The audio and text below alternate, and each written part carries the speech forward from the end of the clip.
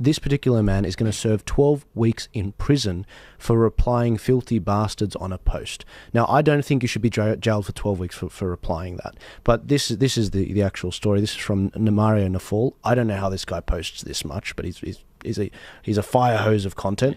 31-year-old Billy Thompson was sent to prison for 12 weeks after he replied filthy bastards on a post about police issuing a dispersal order to try and prevent protesters from becoming violent.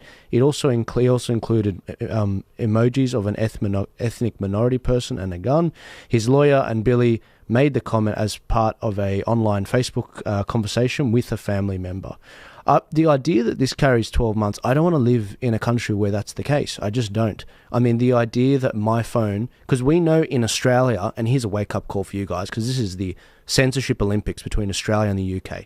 In Australia, the intelligence agencies and police can edit your social media. They can post on your behalf. There is legislation that we have that can do that. The idea that I could be thrown in prison for something that I didn't even write. What happened to the idea that there's, reasonable doubt? Well, I mean, part of the problem is that we've got a bunch of technocrats who think it's possible to rid society of the emotion of hate, which itself is a utopian dream. But as long as they think they can do that, they will coerce and coerce and coerce until they do it, and they never will, and so the coercion will only get more powerful, and this is an example of that. The problem when you allow the government to determine misinformation and hate speech, I mean, there are many problems with it, but one of them is it's always ideologically inconsistent. So, for example, you've got people going to prison in the UK for saying things that are deemed hate speech. But when was the last time you heard about a Muslim imam going to prison for calling Jews descendants from monkeys and pigs, or for glorifying terrorists? You just don't hear it happen. But it's always directed to the right. The right is always guilty of misinformation. So Islamic extremism, fine, that's okay, we'll turn a blind eye. Oh, right-wing nationalism, criticism of immigration policy, hate speech, misinformation. Same in Australia. You had people getting away with teaching children to chant intifada, intifada, intifada on the Sydney University grounds. Now, everyone knows that intifada means violence. And the best way to show that is to ask them, what if I got a whole bunch of kids together and said, this is what the Muslims historically have done to the Christians. Isn't that terrible? It's genocide and everything. And then I start getting them to chant crusade, crusade, crusade. No one would be under any illusions that that was about violence. But it's always the left that gets a free hand at these things. And that's why it's dangerous to give the power to government to do this. Where did these terms of far right come from? Because they never used to exist. I actually think you're saying the technocrats are trying to get rid of hate speech. I actually think they're trying to control the populace is what they're doing. I don't know how else to look at it, because I am from a communist country, from the former USSR, and that's exactly what they used to do. You had no free speech. You said one thing against Stalin and you were in a gulag, and you were dead, or you were never heard from. So I don't know where this is heading. It's quite crazy.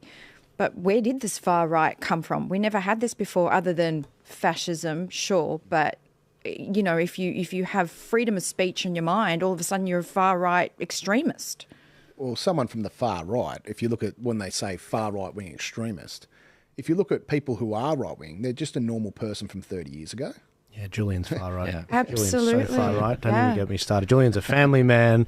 He's in the Sono. He wants lower taxes. That's far right. Immediately. I got called a fascist when I was campaigning, and I had to look at the person and say, "I'm Jewish. You're calling a Jewish person a fascist. Like, think about what you're saying." Yeah. Well, Stephen Bartlett calls things like this semantic satiation, which is just like people getting so used to hearing the same term that it loses its meaning, right? And he's using it in different contexts, obviously, but that's really what it is. You can say misinformation so many times, it literally loses its meaning, and now you can call anything misinformation. Same thing with fascism. You can, go and look at what real fascism is, and I can tell you it's not somebody who just wants to be left alone and wants the government not involved in, their day-to-day life and, what they post on social media. Now, I'm not saying post and say specifically you want violence or whatever, but what I'm saying is like, really, is this where we are now? 12 weeks or 12 months? What was it? 12 weeks. 12 yeah. weeks jail Jail. for posting something on Twitter or wherever he posted it. Yeah. And Stephen, intifada, I actually beg to differ. A lot of people don't know what that means. I've spoken to students in universities; they have no idea. It's tragic that our education system is so inferior that these kids have no idea what they're chanting. Don't know English, let alone Arabic. Oh, well, no, they don't know any English either, as per the NAPLAN results, which we'll get to. Yeah, we'll get to that in a bit. But no, my favorite example of calling someone a Nazi is probably Winston Churchill. Literally was like the guy against them. But anyway, moving on closer to home, guys, and you can't accuse me of focusing on overseas